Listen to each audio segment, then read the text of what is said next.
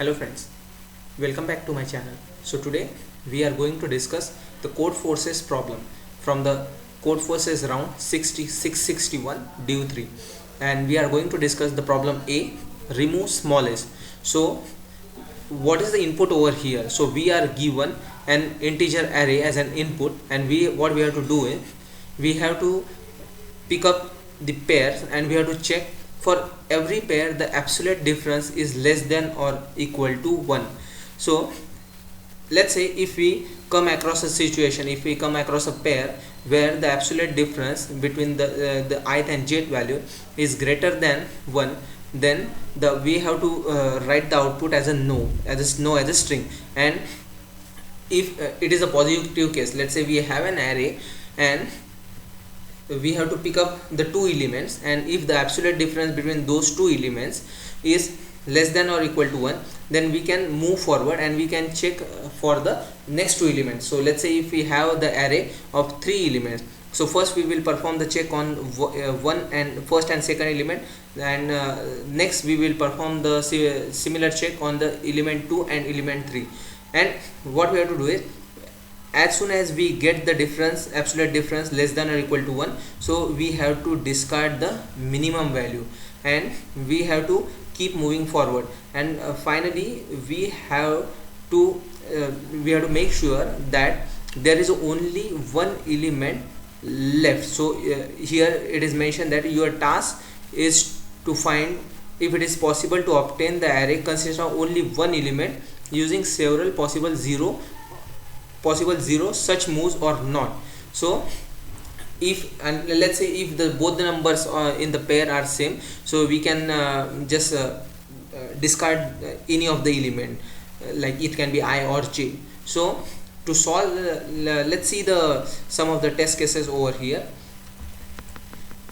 So here if we see, so the total number of test cases are 5. So if we pick up the first test case, which contains the 3 n as a 3, and it has the values 1, 2, 2.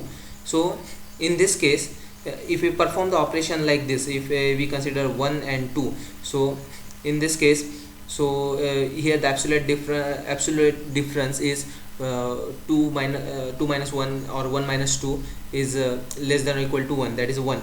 So, and again for this two pairs like 2 2, so it is again 0, which is again less than or equal to 1. So in this case we are printing the s. So similarly we have to perform the operation on the remaining test cases.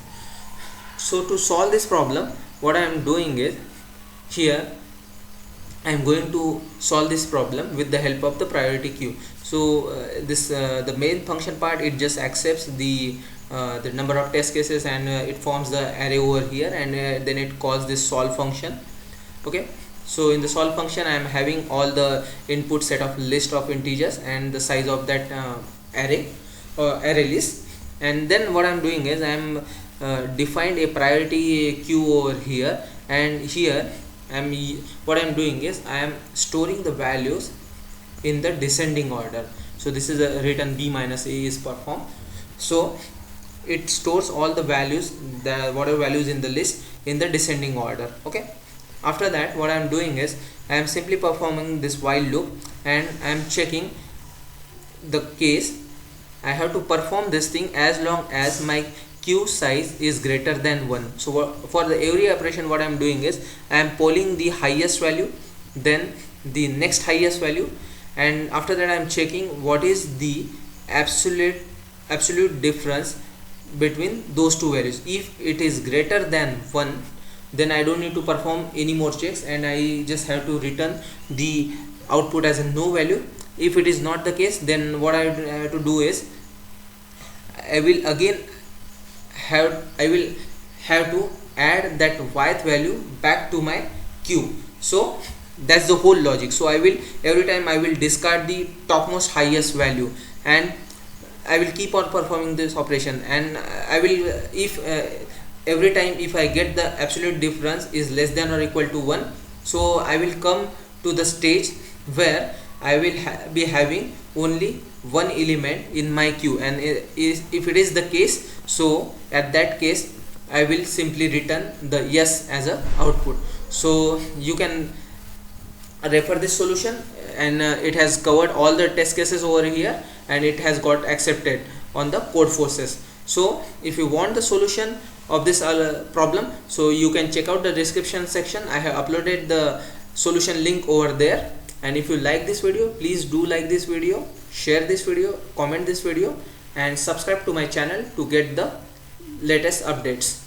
That's it for now. Thank you.